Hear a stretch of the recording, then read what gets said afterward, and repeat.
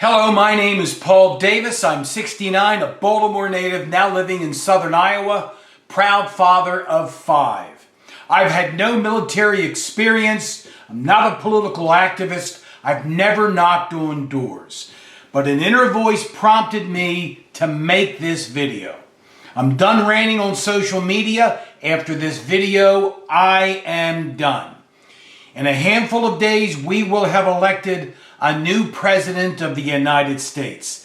I would like for this discussion to move out all of the noise.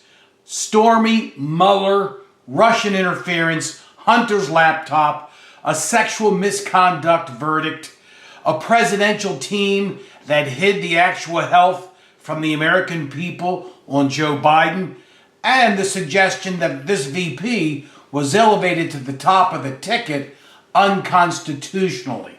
Let's push all of that aside. I know it sounds corny, but this election, in my estimation, comes down to character. We've used this terminology for years. My brother just returned from a trip to Normandy where he shared with me that he cried on the beach thinking about the young men and women who gave up their lives. I asked my brother, "So who are you going to vote for?" And he says to me, "I don't know. I don't know who to believe." I've often daydreamed about the 17, 18, 19-year-olds who were in those landing boats early in the morning, cold, wet, and wearing heavy equipment. They knew that they were probably going to die within moments. In those final thoughts, do you think they thought, I want to do this to lay the groundwork for an American presidential candidate to behave the way Donald Trump has, does, and will? In your heart of hearts, do you think that's what they envisioned putting down their lives for? Character counts. Where does the rubber meet the road? Our own grandchildren. I've just got one. But you know, when he looks at the TV and sees the President of the United States, it's an easy choice for me in terms of character. Do you want to see a person like Jimmy Carter, Kamala Harris, or Donald Trump? Character counts. And words matter. Yeah, Donald Trump didn't give an order for the folks to go to the Capitol on January 6th to riot, but his remarks sure incited those folks, stoked the flames of fire. I wonder how many of those folks are now sitting in jail and asking themselves, what in the world was I thinking? I had planned to come up with a top 10 David Letterman style list of why I don't think you should vote for Donald Trump, and I've whittled it down to just 3. These are core for me. Number 3, recent history. What happens? Hurricane devastates the South. One guy puts out misinformation about the kind of job FEMA was doing. One guy, instead of leading, divided us. Man, that's recent history. More recent history. Eating cats and dogs in Springfield, Ohio, it's been debunked. J.D. Vance admitted, he said on national TV, well, if we created this story to draw attention to the problem, what's the problem with that? Words matter. Number 2 reason, sanctity of elections. We are lost as a country if the loser of an election can't say, I lost, fair and square, and I'm going to go to the inauguration of the person who beat me.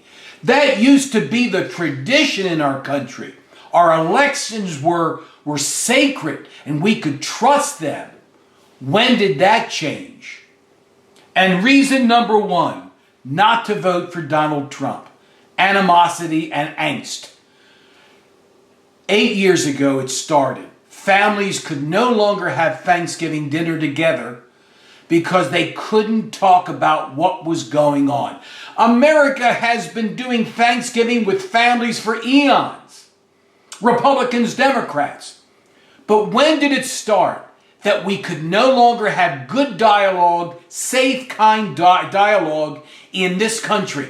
It started when one man came down the escalator 8 years ago and told us to be afraid, to be very afraid of people who wanted to come to our country.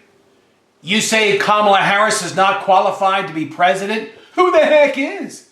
Is there a PhD program out there for that?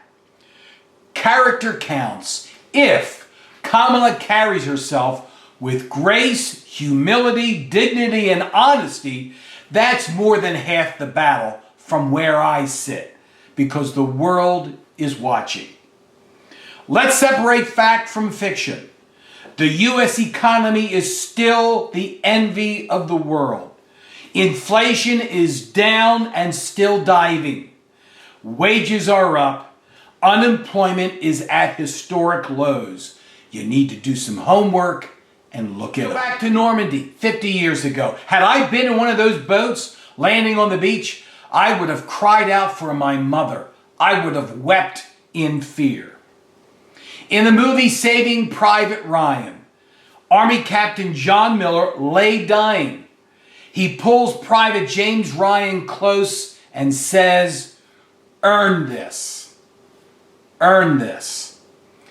Republican Senator John McCain earned a great life after enduring 4 years of torture in Vietnam. Donald Trump suggested that he wasn't really a hero because he was shot down. He was captured. Really? Is this the mindset in your heart of hearts that you think a president of the United States should profess? I urge all of you to clear out the noise, sit down with yourselves, and ask, who do I want my grandchildren to emulate, to want to be like? We are so lucky to have been born in this great country. How do you want US of A to lead moving forward? We cannot embrace isolationism. It has never worked. The world needs us to lead. At the end of the day, all any of us have is our integrity and our character. That's all we've got. Amen. God bless America. God bless planet Earth.